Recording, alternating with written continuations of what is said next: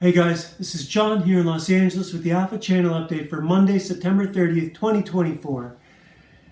And this is actually a good card to start today's comic with. So this is the Yggdrasil Tarot deck, or divination cards. It's not really tarot. They're all major arcana. There are no like wands, coins, cups, and pentacles. This is Mani, who represents unresolved emotion. It's actually a pretty cool design. I like the character. He's pretty relevant considering today's comic book, which is Elric Stormbringer #1 by P. Craig Russell. I read this the first time today. I've had it for quite a while. And they recently re-released all the Elric books as audiobooks, and I listened to the whole set within like the last year or two. And so I'm familiar with all the characters, Jogreen Learn and Yashun and Yerkun, and I don't remember all their names, but there's a lot of them. In this one, he's fighting Jogreen Learn and the Sorcerers of Pentang. Basically what happens, this book is almost solid exposition from beginning to end. There's barely any dialogue. I don't think any characters make any significant choices. This is almost all art and exposition. And you know what? I'm not going to complain about it because it's an Elric book. And it's the only way you're going to get an Elric book. Unless someone has the balls to write an original story, Michael Moorcock's stuff does not lend itself to comics very well. I listened to it, and there's a lot of exposition in the books.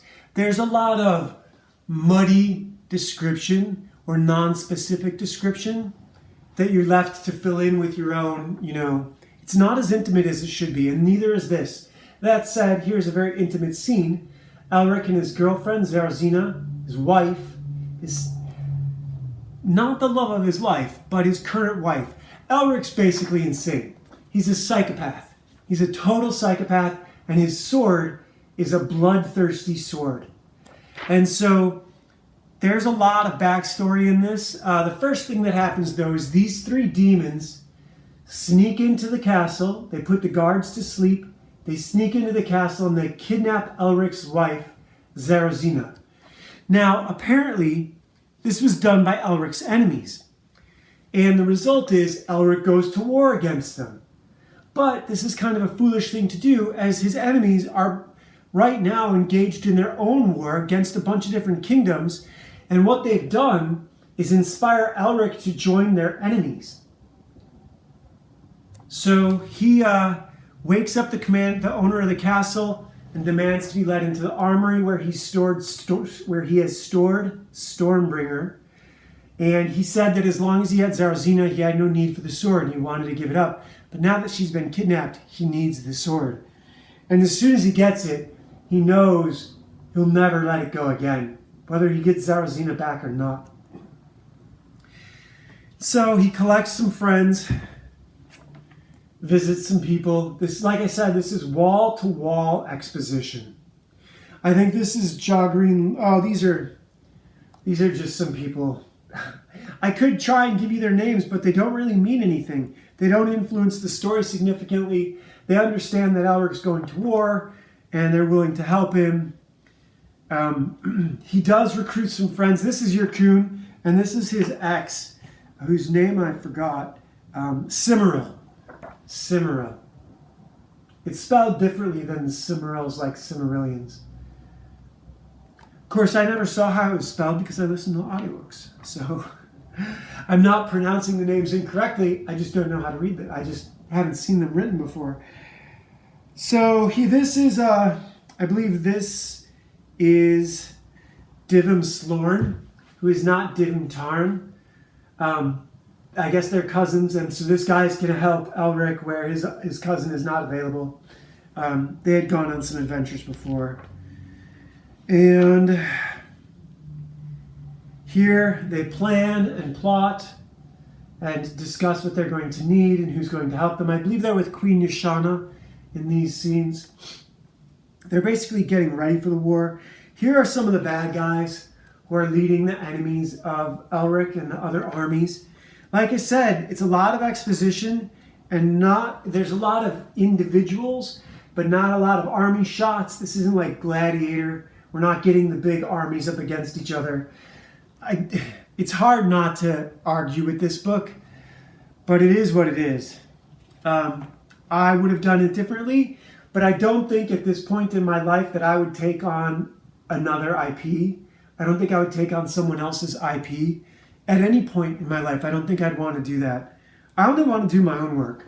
I don't want to draw Batman or Superman or Spider-Man. When I was younger, I did. And I suppose, I don't know how old P. Craig Russell is here, and he did a decent job. This is Ja Green Learn in Crimson. He did a decent job, but his work is cut out for him. Basically, they're assembling like the Seven Nation Army, and so these are different groups of people, the winged guys, you know, whoever else. It's almost like a Tolkien-esque sort of thing, only Elric is inherently evil, trying to be good.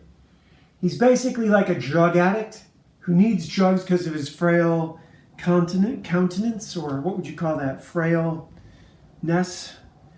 And the sword is a bigger drug than any drug his, culture ever devised. The sword feeds him souls. The sword steals souls. The sword is, now Michael Moorcock is an Englishman, and this black sword is an origin story for Excalibur. This black sword is an origin story for thinking metal, which is something I am deliberately involved with. This is the Micronics. This is a microtech, but this is an example of the Micronics, which is a mental computer interface that Ashley's father created in my story. So it's a little bit like Excalibur, it's a little bit like Stormbringer, in that it is awake and can think and can talk. And we don't get as much of the thinking and talking here. Oh, where does Elric... Elric summons Arioch too.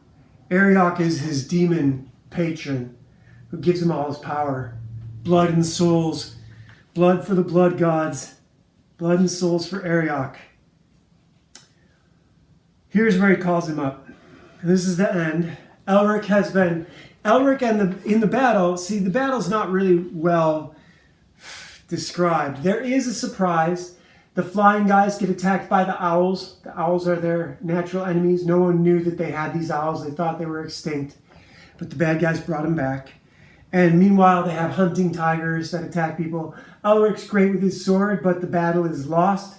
The enemy has more forces than they do, and they have to retreat.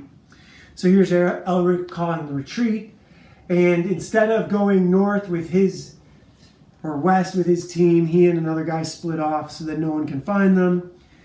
And a herald comes and explains what's going on, and Elric contacts Arioch, his demon. Arioch never looked like a lizard, though, like a humanoid, like a reptilian. Arioch was a beautiful young boy like Lucifer. So this is Stormbringer number 1. It's not bad, but this is almost entirely exposition. There's no character identification. If you don't already know this story, this would be an awful comic. It would make no sense. If you don't already know this story, this would be a really bad comic. I feel terrible saying that because it's beautiful. P. Craig Russell is obviously a master artist. I don't appreciate that some characters had cartoony features and some are, here's a good example. So check out these characters down here on this page. How they don't have full eyes. They're kind of like the eyes in the Superman cartoon, the Adventures of Superman, where they're just black dots. There's no whites. Same sort of thing over here. But then you get a page where, the characters are not like quite regularly. He hasn't drawn Elric like that in that sort of cartoony face, and again, I don't want to be complaining. This is a decent comic. I'm glad I bought it. I would read the rest.